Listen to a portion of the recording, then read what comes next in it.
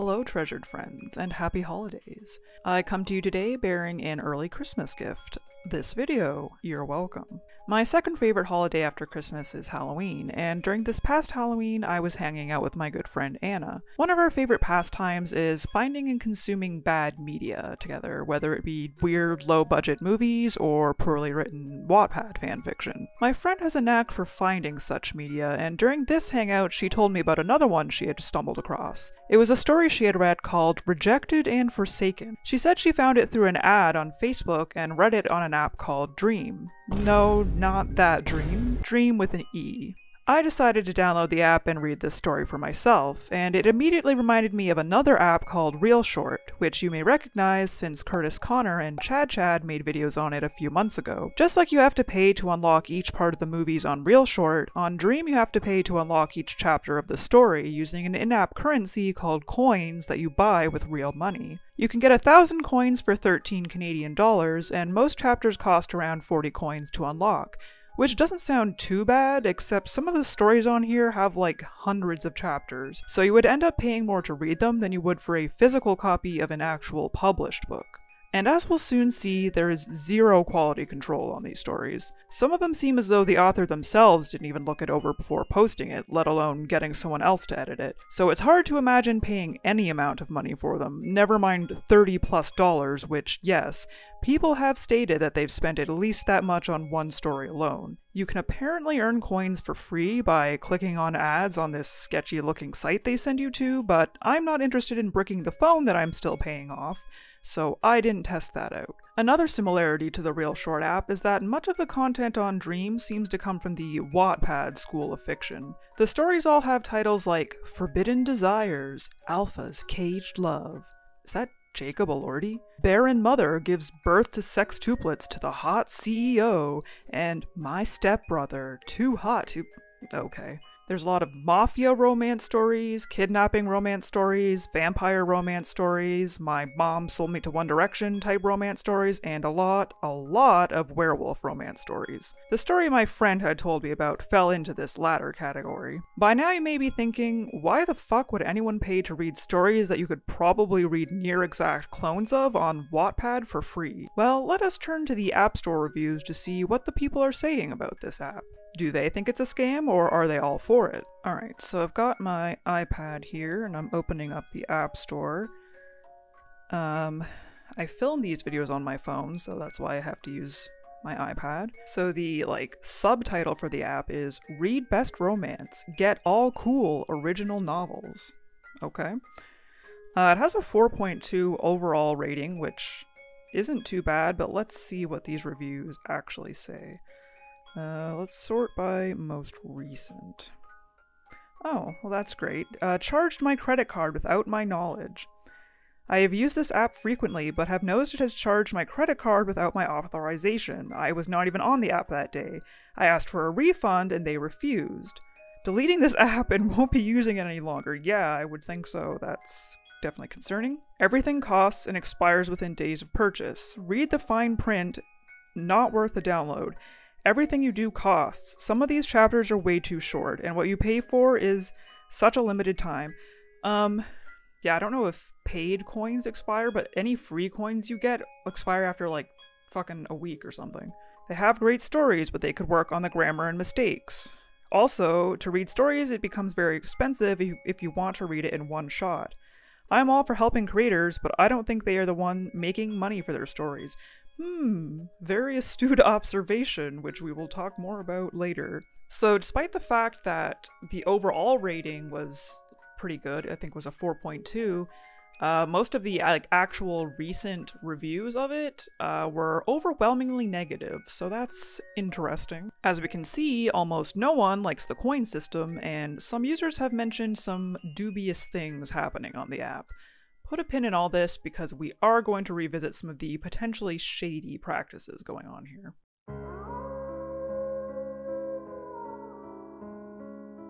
So as I mentioned, the werewolf romance genre is huge on this app. The majority of these werewolf romance stories also fall into the Omegaverse subgenre, also known as ABO. If you're as chronically online as I am, you probably already have an idea of what Omegaverse is, but for anyone in the audience who has touched grass in the last 24 hours, I will give a quick Omegaverse 101 crash course because it's going to provide context for the next part of the video. So ABO stands for Alpha Beta Omega, which is also obviously where the name Omegaverse comes from. It is a genre where humans follow the same social hierarchy as wolves, wherein they live in packs and belong to one of three categories: Alpha, Beta, Omega, or occasionally other letters of the Greek alphabet. What I find funny though is that this theory about wolf social hierarchy has actually now been largely debunked, so really this is based on jack shit. Alphas are supposed to be the leaders of their packs. They are dominant and aggressive and are usually male. In Werewolf Omegaverse, the alpha's mate is called the Lune. Below alphas are betas who don't really have any special traits, although I've seen some stories have them be like the second in command in the pack. And at the bottom we have the Omegas. Their defining traits are basically submissive and breedable, and they can be male or female. Omegaverse actually originated from slash fanfiction, which for those who don't know involves male-male pairings. So yeah, M-Preg is a very prevalent trope in this genre. Supposedly the very first Omegaverse story was a supernatural fanfiction. I guess Dean Winchester was getting impregnated. I don't know, I don't really want to know.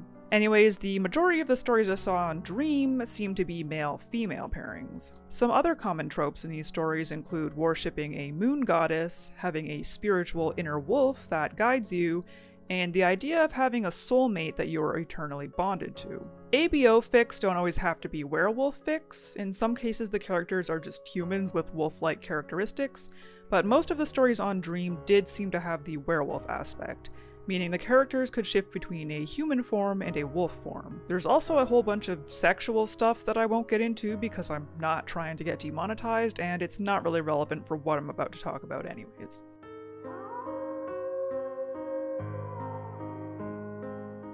I bet you're just itching to read one of these incredible stories, and don't worry, I will deliver. I actually didn't end up reading all of Rejected and Forsaken, the story my friend told me about, because after the first 8 chapters you had to pay for it, and I wasn't about to do that. Sorry. However, there are some stories on the app that are completely free to read, so instead I read one of those. The one I selected is called Alpha's Pet. Now, before I get into it, just a few disclaimers. First of all, I am absolutely not trying to shame or make fun of anyone who enjoys Omegaverse. It may not be my thing, but whatever floats your boat is none of my business. Also, if the author happens to see this video, which is a very real possibility because I happened to see in the course of my research that she had commented on another video about the Dreame app, this is in no way a personal attack. These are just my thoughts and opinions. I'm approaching this from a purely anthropological perspective, not with the intent to harm anyone. I can't believe this is what I'm using my degree for. Alright, why don't we read the summary of Alpha's Pet? Alright. Alice is the alpha of her pack, and despite being a woman, everyone looks up to her. She's cold and strict and doesn't let anyone take advantage of her. But a softer side of her is revealed when a revenge raid on a group of humans reveals someone she just can't get out of her head. Against the pack's wishes, she takes the man as a pet of hers and keeps him safe from the rest. But now Alice is falling for a human, something forbidden by her pack and those around her. She'll have to decide if love is worth the risk of losing everything she's worked for, or if the pack is the ultimate prize. So the author described this story as a unconventional take on the genre, I guess because the female main character Alice is the alpha of her pack, when that's usually a role reserved for male wolves. However, she definitely still has the typical alpha traits of being very combative and severe. She's quick to solve problems using violence, and in the bedroom, she's a dommy mommy. Sorry, it won't happen again. The writing itself actually isn't too bad. I didn't notice a ton of spelling or grammatical errors, which is a rarity on this app, let me tell you. The story begins with Alice watching a group of human men desecrating the corpse of one of her fellow wolves that they had killed. However, she notices that one of the men is not participating and actually tries to stop his friends. Once they leave, he remains behind to give the wolf a proper burial. Alice immediately senses that he is different from the others in some way. He is described as having hair that is black in the back and white in the front, so for the rest of the story, I was just picturing Shiro from Voltron Legendary Defender. We learn that his name is Justa, not Justin, Justa. I looked it up and apparently this is a real name. It's the Latin word for fair, except it's typically a girl's name. Anyway, Alice and her pack go to attack the humans to take revenge for the wolf they killed, but she decides to spare Justa and keep him as a pet, hence the book's title. The other wolves, including her second-in-command, Mark, question this decision, but Alice feels inexplicably drawn to Justa. She chains Justa up in her house, which he is obviously none too pleased about, though he does seem strangely calm considering he witnessed his friends being slaughtered right in front of him by a pack of wolves, was kidnapped by one of these wolves, and learned that werewolves are real in the span of like 10 minutes. Alice wakes up the next morning to find that Justa has cleaned her entire house and is cooking her breakfast. Because that's a very normal thing to do when you're kidnapped, is to immediately become your kidnapper's maid. That Stockholm Syndrome was kicking in real quick, I guess. They are interrupted by Jared, a former alpha of the pack and Alice's rival. He is disgusted that she's decided to take a human as a pet and challenges her for her position as alpha. At this point it seems like Jared is being set up as the main antagonist of the story, but spoiler alert, he's not. He has very little relevance after this next scene. So Alice and Jared fight for the title of alpha in front of the rest of the pack. I assumed they were going to fight in their wolf forms, but they actually ended up fighting in their human forms using the elemental magical powers that the werewolves in this universe apparently have. Like, my girl Alice is out here using wind and earth attacks like she's a Pokemon or the Avatar or something. Oh, and they also use magic to clothe themselves when they take their human forms, which I guess explains why the werewolves in Twilight always transformed back with their clothes on, or shorts at least, despite said clothes visibly shredding when they turned into wolves. Anyways, Alice wins, and when she returns to her house with Justa, she realizes that she's becoming attracted to him. He, on the other hand, does not return her affections and keeps trying to convince her to let him go. She eventually agrees to let him go after a week, although she secretly plans to seduce him during that time so that he will stay with her. Bit of a yikes, but okay. She unchains him in an attempt to gain his trust, but he is still wary of her and ominously says that if she keeps him there, he will bring death to her pack. Spoiler alert, he doesn't, so I don't know why he said that. Only one major character dies in this story, and it's not anyone from her pack. During their conversation, we get one of my favorite classic fanfic tropes, describing eyes as orbs. Justa's eyes are described frequently throughout the book, and it is here when we get the line, "She liked to stare into those blue orbs of his." Who up, pondering the orb? Shortly after this, Justa leaves with Mark to go get some cooking ingredients because apparently wolves don't know how to cook, and Justa promised to teach them. Alice has become very excited from her time with Justa, and apparently when this happens to female wolves, they release an arousal scent that makes any male wolves that come into contact with them basically lose all self-control and force themselves on the female wolf. Another yikes. She's just so horned up that she ends up rubbing one out while thinking about Justa. She's embarrassed that he'll smell her arousal scent when he returns. I really don't want to know what that's supposed to smell like, but he's a human, so he just comes back and goes to sleep. After this, she has a conversation with Mark that isn't really important to the plot, but we do learn that apparently Jared is Mark's father, which was never mentioned before this point, and that the only reason Alice doesn't just kick him out of the pack is because it was the last thing her mother requested of her. It's never explained why she requested such a thing, but don't worry because neither of these facts have any bearing on the rest of the story. Once Mark leaves, we go from 0 to 100 because suddenly Justa is jumping Alice and making out with her. This gave me whiplash because literally earlier this same day, Justa was rejecting her advances and trying to convince her to let him leave, and it's not really explained why he had this sudden change of heart. What follows is 3 chapters of some of the most insane smut I have ever read, and that's saying something because I've been in fandom spaces online for over 10 years. That ends with a broken kitchen table. I won't go into details for obvious reasons, but I will share with you my favorite line from this section of the book. At one point, Alice thinks Justa was a relentless god. Oh yeah, something I didn't mention earlier was that this app censors any inappropriate words, despite the fact that most of the stories on here are marked 18+, and one of the words that they choose to censor is cock, except the author kept writing that characters cocked their head to the side, so it would show up as like, Justa cocked his head to the side. Moving on, Alice and Justa are out on patrol the next day when they are confronted by some wolves from the pack who don't like that Alice is keeping a human as a pet. Alice attacks one of them and then calls a pack meeting to assert dominance and says that anyone who has a problem with her mating with a human can either put up or shut up. quote, "Since no one wants to come forward, I don't want to hear a word when you hear the moans and howls coming from my house. What I do with my pet is my business." Ma'am, this is a Wendy's. When they return to her house, Alice is ready for round 2, but Justa brushes her off. Apparently he's a pacifist, and he didn't like that Alice attacked a member of her own pack. Then we get another gem of a quote. She didn't want to stand here arguing, she wanted to fuck. They argue, and Alice ends up running into the woods alone in her wolf form, despairing that she can't break any more furniture in her house. She stumbles across another wolf who is not from her pack, and thanks to the psychic mate bond that all wolves have, she realizes that this is her mate, Harris. She is not happy about this because she has realized that she loves Justa, despite knowing him for all of 2 days, and doesn't want to be with anyone else. She becomes extremely conflicted because her inner wolf yearns for her mate, not Justa, and apparently rejecting her mate carries a penalty of death. She returns to Justa and tells him that she is setting him free and Mark will escort him to the nearest human settlement. She then goes to be with Harris to consummate their mate bond or whatever, but is unable to go through with it. Later, one of her own wolves informs her that they overheard Harris's pack planning to wage war against the humans and eradicate them all. Alice goes to confront Harris about this, but her inner wolf overwhelms her and they end up having sex. Another golden line. As she took a step forward, Alice's attention was distracted as his massive cock bounced. Stop. That's a real line from the story, I swear to God.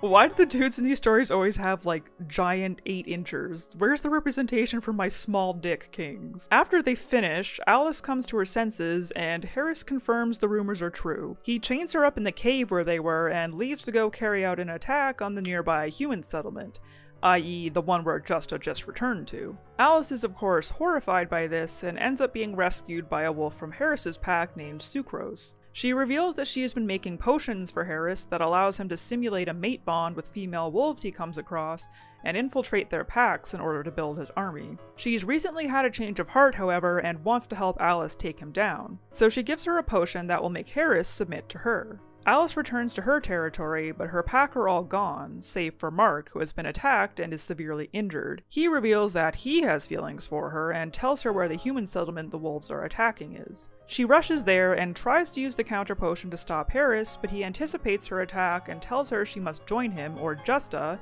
whom they have captive, will die. As the wolves move to attack Justa, something starts throwing them back, and a giant white tiger is revealed to be standing in Justa's place. I have to say, this left me a bit shook. I did not anticipate the twist that Justa was a tiger shifter. I thought that maybe he was like secretly a werewolf or like half werewolf or something and just didn't know it. But it's funny because I was wondering as I was reading the story, why aren't there any stories about were-cats? Like, I'd rather be able to turn into a cat than a dog, personally. This does raise a few questions though, like why didn't Justa tell Alice he was also a shifter, and if he was always this powerful, why allow himself to be captured by the wolves in the first place? But none of that is important because now we're having a showdown between Justa and Harris. You'd think we'd have Alice face off against Harris since she's supposed to be the kick-ass heroine of the story, but she can't because, quote, she wanted to fight Harris, she wanted to put him in his place, but it looked more like she needed to reserve her strength for something more important. She had other furniture to break at this point.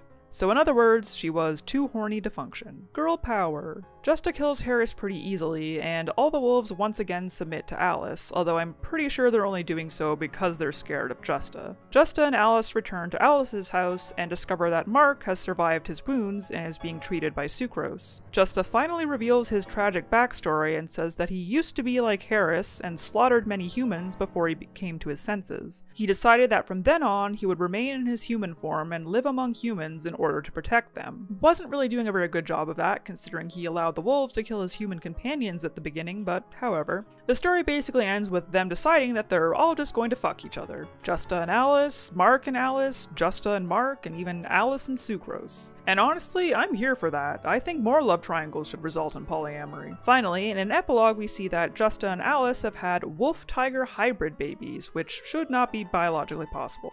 So yeah, that's Alpha's pet. Truly a wild ride from start to finish. 10 out of 10, no notes.